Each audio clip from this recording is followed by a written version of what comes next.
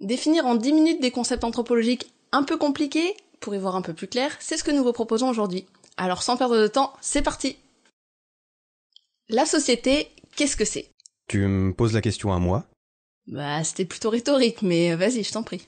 Bon, moi je dirais que c'est simplement un groupe d'humains qui vit ensemble, a priori, ouais. Ouais, bonne réponse, bon bah du coup, t'as plus besoin de moi, salut. Ouais, je sais que si t'as posé la question, c'est parce que t'as une définition qui est hyper compliquée, comme ils aiment bien faire les anthropologues, avec plein de trucs qu'on va pas comprendre, enfin bref, oui, mais vas-y, continue. Quoi, c'est ça que tu veux? Ok. David Alberg, un anthropologue américain, a proposé en 1950 de définir la société comme un groupe d'humains... Ouais, bon, ben ça, ok, c'est ce que je viens de dire, il a pas dit quelque chose de plus, je sais pas, non? Attends.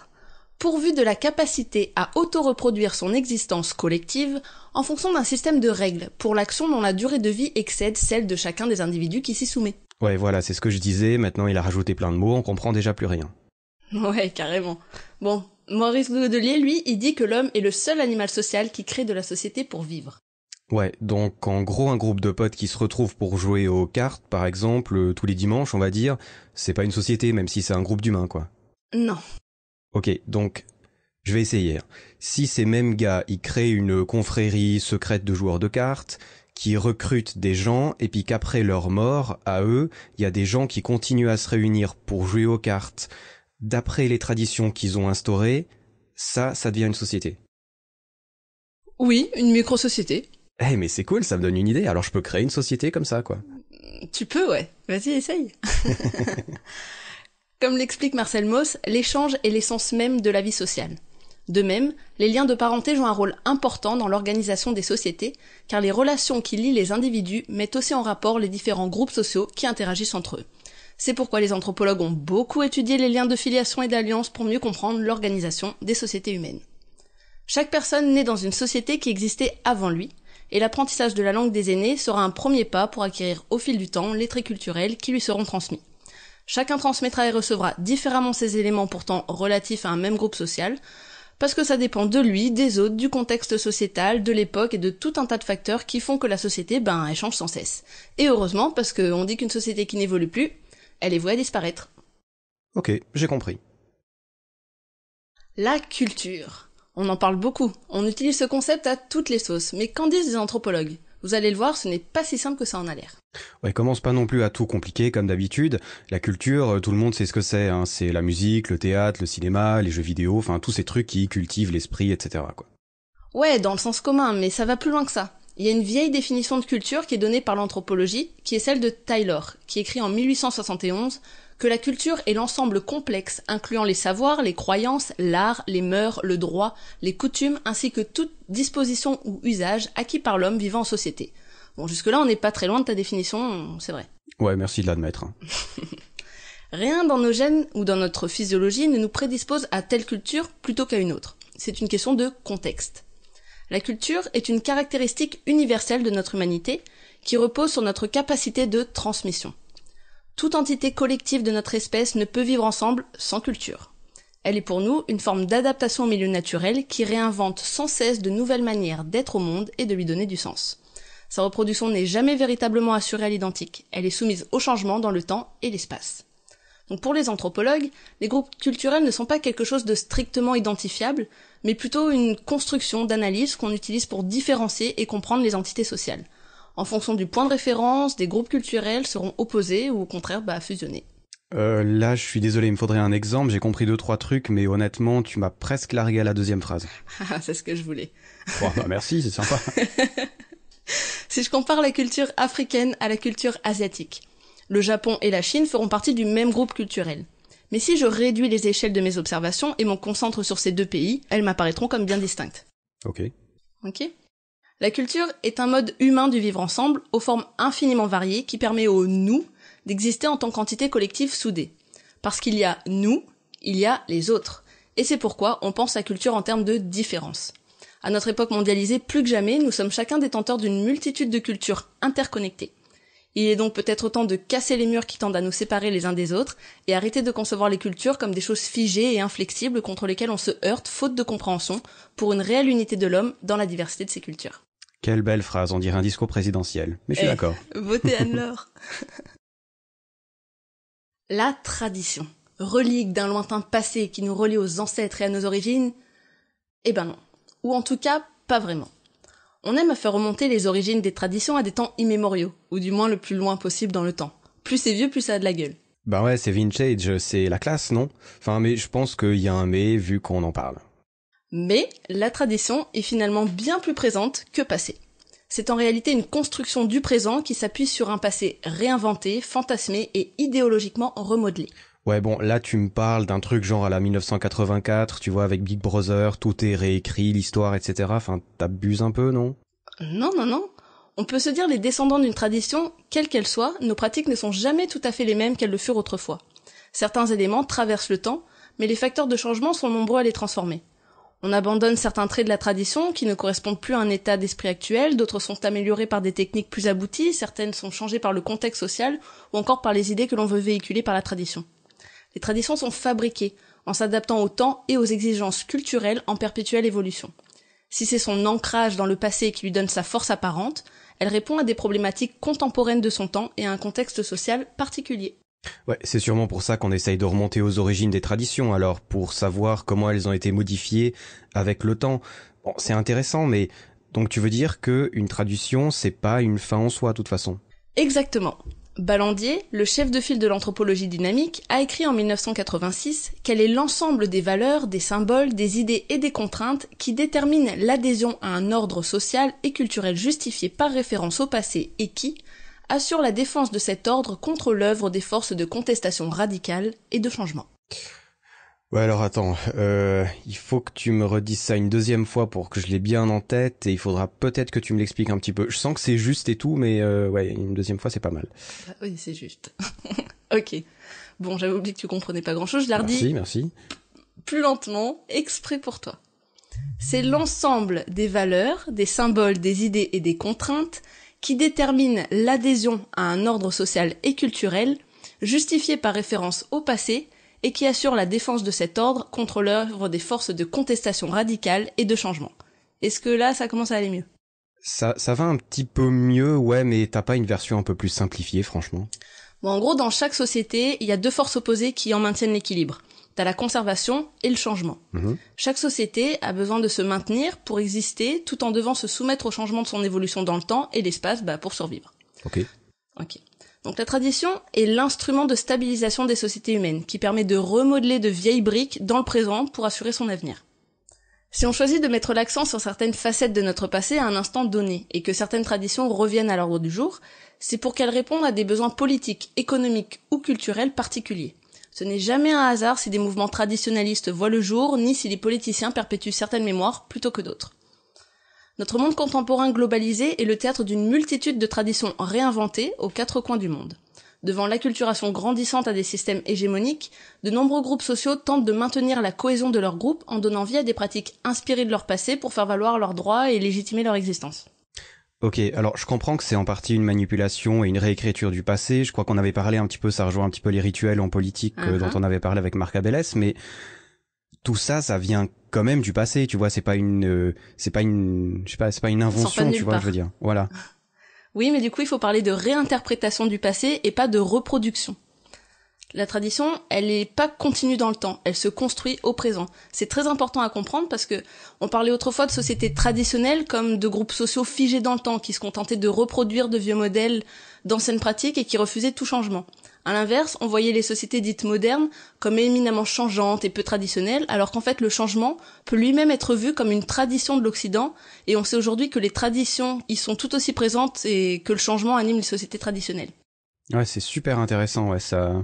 Ouais, pas mal. Ok, j'ai compris. Cool. L'identité. De même que nous avons vu que l'homme invente ses sociétés, ses cultures et ses traditions, il fabrique son identité. En gros, t'es en train de me dire qu'on fabrique tout ça sans vraiment s'en rendre compte. Je veux dire, moi, je suis pas conscient de fabriquer quoi que ce soit. Enfin, j'ai l'impression que je fabrique rien, et puis je suis sûrement pas le seul. Si je demande dans la rue, tout le monde me dira ça aussi, non? Oui, t'inquiète pas, t'es normal. Mais pour certains, c'est conscient, pour certains, non, pour la plupart, non. Mais tous ensemble, nous mettons au monde l'univers social dont nous avons besoin pour vivre. Toutes les identités n'existent qu'en reflet d'une altérité. Pour Godelier, l'identité, c'est la cristallisation à l'intérieur d'un individu des rapports sociaux et culturels au sein desquels il est engagé et qu'il est amené à reproduire ou à rejeter. Ok, donc s'il n'y a pas d'identification, il n'y a pas de différence du coup. Ça me fait penser à certaines dystopies où pour éviter les guerres, on supprime les différences entre les gens par exemple, voire même leurs émotions et tout ce qui en fait des êtres à part entière. Les fans d'Equilibrium savent par exemple de quoi je veux parler, ouais. Ouais, ok. Exactement, ouais, c'est ça. L'identité sociale de chacun est en même temps une et multiple de par les relations qu'on entretient les uns avec les autres. Dans chaque société, différents modèles d'identification culturelle coexistent sous couvert de traditions diverses. Donc parce qu'on s'identifie à une culture, à des traditions, à une société, on se différencie de ceux qui en sont étrangers. Et après, en son nom, on fait des guerres, on revendique des territoires et des droits, on appuie des intérêts politiques, économiques, etc. On construit donc son identité, ou plutôt ses identités, dans notre rapport aux autres. Elles sont mouvantes et idéologiques. Nos identités, c'est quelque chose de fictif. Elles sont pour nous un moyen de nous approprier le contexte social dans lequel nous vivons, et les pratiques rituelles diverses sont tant de moyens pour marquer notre appartenance à tel ou tel groupe. Ouais, comment on fait des choses ensemble et en suivant des règles communes, ça nous lie entre nous, ouais ok, ça me paraît tout à fait logique. Voilà, et comme l'identité est vécue intérieurement par les individus, elle touche à leur sensibilité profonde et à leurs émotions. Ainsi, on peut aisément être manipulé par des enjeux sociétaux, d'ordre politique ou autre. Ça c'est pas très cool par contre, mais ça laisse entendre pourquoi il est important de prendre du recul sur ces choses-là et de s'intéresser aux origines des idées pour savoir comment et pourquoi elles ont été manipulées et peut-être par qui aussi. C'est limite théorie du complot en fait, mais je vois les dangers potentiels de la manipulation par ici, ouais, c'est ok, je comprends. Ouais, je suis tout à fait d'accord avec toi. Il faut entendre que ces choses ne se font pas toutes seules. C'est la volonté de chacun de construire ou reproduire certains rapports sociaux, certaines pratiques qui font de nos sociétés ce qu'elles sont, et le phénomène d'identification joue un rôle important dans ce processus. Sans lui, l'ordre en place, il perd de sa légitimité en fait. Donc les identités, elles continuent à se disputer aux quatre coins du monde, et la tension, elle monte parfois jusqu'à de cruels éclatements. Plus le degré d'attachement à une identité est fort, plus il est difficile de concevoir la différence et de voir clair dans les enjeux sous-jacents et dans les conflits d'intérêts qui opposent certains groupes sociaux à différentes échelles du monde humain. Nous sommes tous des êtres humains. Ceci est un fait biologique. Nos identités sociales et culturelles, quant à elles, c'est des vues de l'esprit, quoi. Et si elles nous permettent de vivre ensemble, elles devraient pas pourtant servir à nous détruire les uns les autres. Ouais, ça ressemble aussi à un discours politique, mais je vois ce que tu veux dire. Enfin, c'est un petit peu comme l'anthropologie finalement. On peut l'étudier ou pour comprendre l'autre et du coup savoir comment mieux vivre avec, ou alors essayer de le comprendre pour savoir comment mieux le manipuler, comme pendant l'ère coloniale par exemple, et enfin je dirais même maintenant dans certaines catégories spécifiques. Ouais, ok, je comprends. Ouais, ton parallèle est tout à fait juste. Ok, donc faut faire gaffe quoi. Mm-hmm. Ethnocentrisme, ça vous dit quelque chose ? L'ethnocentrisme, c'est l'attitude qui consiste à rejeter les normes et les valeurs d'une société ou d'un groupe culturel parce qu'elles sont différentes des siennes. Ouais, du racisme con et basique quoi. Ouais, le racisme est une sorte d'ethnocentrisme, c'est vrai. C'est issu d'une vieille théorie pseudo-scientifique, réfutée depuis des lustres, mais ça, il y a encore des gens qui l'ont pas bien intégrée, qui venait justifier une catégorisation évolutionniste des sociétés humaines. L'ethnocentrisme ne date pas d'hier. Déjà pendant l'Antiquité, les Grecs parlaient des étrangers en termes de barbares. Ah ouais, des barbares. Santé. On parle pas de bière là, Jonathan, on boira des barbares plus tard. Ouais, bon ok, alors finis ton truc, j'ai soif. Les colons chrétiens, eux, refusaient le statut d'être humain au peuple du Nouveau Monde. Bref, les exemples d'ethnocentrisme sont nombreux dans l'histoire des contacts entre cultures. L'ethnocentrisme découle de la difficulté à admettre la relativité des valeurs culturelles. Si l'Occident a montré son ethnocentrisme à de nombreuses reprises, ce n'est pas son apanage. Dans beaucoup de sociétés tribales, le groupe est désigné par un nom signifiant « homme », les bons, les complets, et affuble les autres sociétés de noms péjoratifs sujets à la dérision. On en revient à l'identité, qui est nécessaire pour souder le groupe autour de sa culture et au sein de sa société, mais qui en même temps induit un besoin de distinction fort avec les autres, au risque de provoquer rejet et stigmatisation.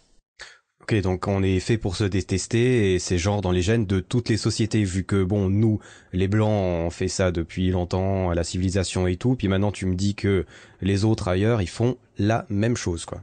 Mais non, on n'est pas fait pour se détester, ou alors autant que de s'aimer, tout est question d'équilibre. D'ailleurs, l'ethnocentrisme n'induit pas toujours une dévalorisation de la différence.